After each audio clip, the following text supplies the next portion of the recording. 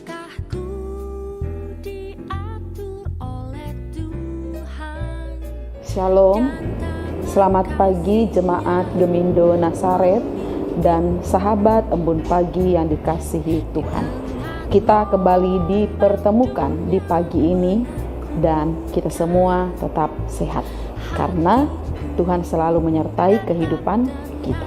Saudara-saudara yang dikasihi Tuhan, di dalam hidup ini mari kita semua selalu menghindari yang namanya pertikaian, sengketa, pertengkaran, dan lain sebagainya. Pendeta Stella Eunice Paulus akan memandu kita dalam renungan di pagi ini.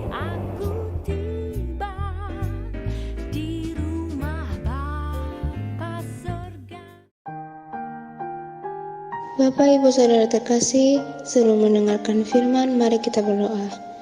Selamat pagi Bapa, terima kasih kami ucapkan kepadamu atas anugerah yang indah di hari yang baru ini.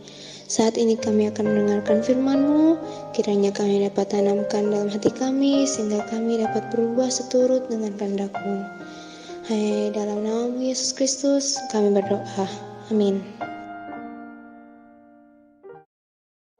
Shalom, selamat pagi seluruh jemaat Gemindo Nasaret dan semua sahabat-sahabat embun pagi dimanapun saat ini berada.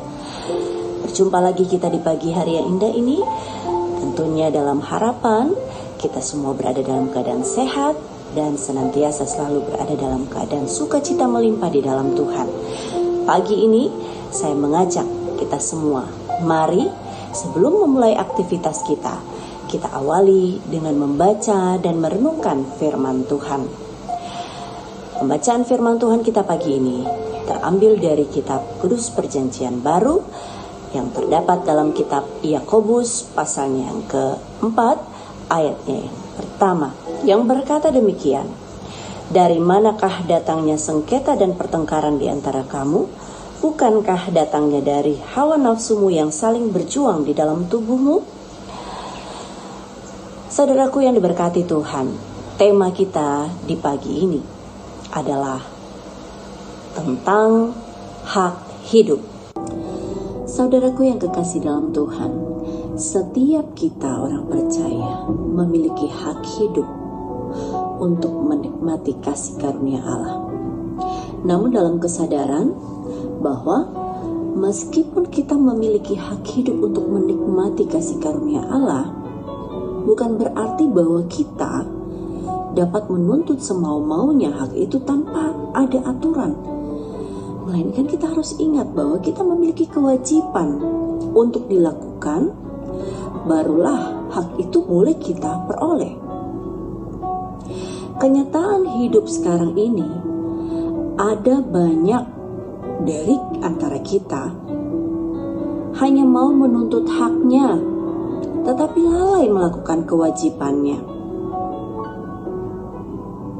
Banyak juga terjadi di antara kita yang ketika hendak menuntut haknya, ada yang bela-belain, ada yang rela bersedia untuk berdebat, bermusuhan, bahkan berperang sekalipun mereka siap bermusuhan dan bahkan berperang untuk mempertahankan apa yang dianggap haknya. Contohnya dalam kehidupan keluarga, mulai dari anak-anak merasa mempunyai hak tertentu dan pada akhirnya membuat mereka menuntut kepada orang tua dan keluarga agar supaya menghargai hak mereka dan memberikan apa yang menjadi hak mereka. Begitupun sebaliknya, orang tua merasa mempunyai hak atas anak-anaknya, hak tertentu yang mengharuskan anak-anaknya untuk memenuhi kemauan mereka dan kebutuhan masa depan mereka. Saudaraku yang diberkati Tuhan, demikian pula percekcokan, pertengkaran antara suami istri sering diakibatkan karena masing-masing masih menganggap bahwa mereka memiliki hak-hak tentu untuk diklaim. Firman Tuhan kita saat ini yang ditulis oleh Yakobus dialamatkan kepada 12 suku yang ada di perantauan, yang tujuannya adalah salah satunya untuk mengingatkan tentang cara hidup yang benar menurut pandangan Tuhan, bukan benar menurut pandangan manusia.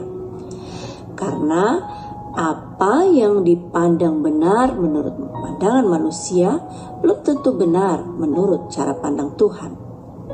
Dari bacaan firman Tuhan kita tadi yang sudah kita baca, Yakobus mengajukan pertanyaan yang sangat menarik, yang jawabannya sebenarnya Yakobus sendiri sudah tahu. Pada pertanyaan pertama ia bertanya kepada mereka pada zaman itu, bahwa dari manakah datangnya sengketa dan pertengkaran di antara mereka. Secara tersirat dia bertanya, apa penyebab timbulnya sengketa pertengkaran di antara mereka? Kemudian Yakobus pun menjawab pertanyaan itu dalam bentuk pertanyaan pula.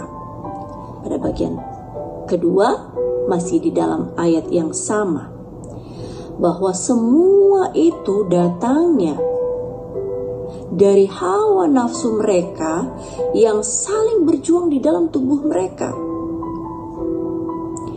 Bahwa sengketa dan pertengkaran itu berawal dan berasal dari hawa nafsu mereka yang meluap-luap dan tidak terkendali. Saudaraku yang kekasih dalam Tuhan Yesus Kristus, dari bacaan kita ini, kita semua diingatkan agar supaya tetaplah waspada dan teruslah berjaga-jaga. Karena konflik di antara kita dapat saja terjadi. Konflik dapat terjadi di mana saja dan kapan saja. Di tengah-tengah persekutuan keluarga, di tengah-tengah persekutuan gereja, ataupun di tengah-tengah masyarakat di mana kita berada. Konflik terjadi karena kita masih rentan memiliki hawa nafsu atau keinginan yang mengarah kepada iri hati terhadap sesama. Pada ayat yang ke-7 dari bacaan kita pada pasal ke-4 dikatakan, karena itu tunduklah kepada Allah dan lawanlah iblis, maka ia akan lari daripadamu. Ingat bahwa iblis itu sangat senang kalau terjadi konflik di antara sesama. Dia sangat bersuka cita kalau ada pertengkaran ataupun pertikaian. Maka ingatlah untuk tetap tunduk kepada Allah, mendekatlah kepada Allah, maka Allah sanggup menolong saya dan juga Bapak Ibu saudara-saudara sekalian, menolong kita semua. Karena di dalam kuasa Allah kita sanggup melawan tipu muslihat iblis, dan iblis pun dapat lari tunggang langgang. Saudaraku, hak hidup kita juga adalah melakukan kehendak Allah dan perintahnya. Maka responi itu dengan cara milikilah kasih. Seperti pengamsal mengatakan dalam Amsal pasal 10 ayat 12, kebencian menimbulkan pertengkaran, tetapi kasih menutupi segala pelanggaran. Setiap kita memiliki hak untuk hidup damai. Maka mari kita cek diri kita masing-masing. Apakah kita yang mungkin masih menjadi pemicu atas pertengkaran dan perbantahan selama ini, atau apakah diri kita sendiri yang punya temperamen pemarah? Kalau ya, mari kita merubah sikap hidup kita ke arah yang lebih baik lagi, ke arah yang lebih sabar lagi. Yakobus 1 ayat 20 mengatakan, sebab amarah manusia tidak mengerjakan kebenaran di hadapan Allah. Dan dalam kitab Kolose pasal 3 ayat 13 mengatakan, sabarlah kamu seorang terhadap yang lain. Karena itu mari saudaraku yang kekasih dalam Tuhan, ciptakanlah keadaan yang baik dan tenang dalam lingkungan rumah tangga, di dalam persekutuan bersama di tengah-tengah gereja, ataupun di lingkungan masyarakat di mana kita berada.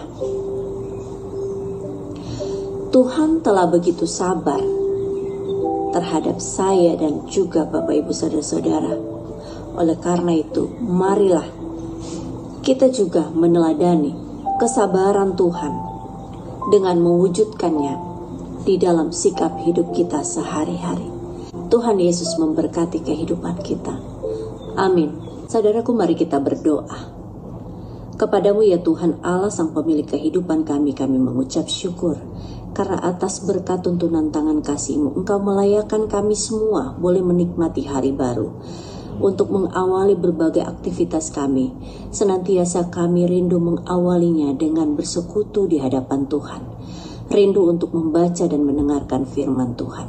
Maka bersyukur pada kesempatan yang indah ini kami boleh mendengarkan kebenaran firman Tuhan. Yang dari dalamnya kami pun boleh dikuatkan, diingatkan, senantiasa. Biar kiranya kami senantiasa mau hidup mendekatkan diri di hadapan Tuhan. Sehingga kehidupan kami pun boleh dituntun ke arah yang lebih baik lagi. Kami tidak mudah jatuh dalam jeratan tipu muslihat iblis, membawa kami kepada hawa nafsu yang mendatangkan dosa di hadapan Tuhan. Oleh karena itu Tuhan, berkenanlah Tuhan memberkati menyertai kehidupan kami, agar supaya firman-Mu ini boleh kami nyatakan dalam perjalanan kehidupan kami, memberikan kami motivasi yang kuat dalam hidup kami untuk semakin melakukan apa yang Tuhan kehendaki dalam hidup kami. Sertai berkati setiap aktivitas kami masing-masing Tuhan, dalam setiap tugas tanggung jawab yang Tuhan percayakan bagi kami. Dalam setiap karya dan pekerjaan dibuat sukses dan berhasil. Terlebih Tuhan kuatkan dan sehat-sehatkan kami semua, sehingga kami mampu untuk melaksanakan berbagai aktivitas kami di sepanjang hari ini. Hari yang diperkenankan Tuhan, Tuhan masih izinkan kami menikmatinya, maka kami boleh memanfaatkannya dengan sebaik mungkin. Terima kasih Tuhan, ini doa kami. Terpuji nama-Mu Bapa, kekal untuk selama-lamanya. Haleluya, amin. Demikian renungan embun pagi kita saat ini. Tetap jaga kesehatan, tetap semangat, selamat beraktivitas. Tuhan Yesus memberkati kita semua. Shalom.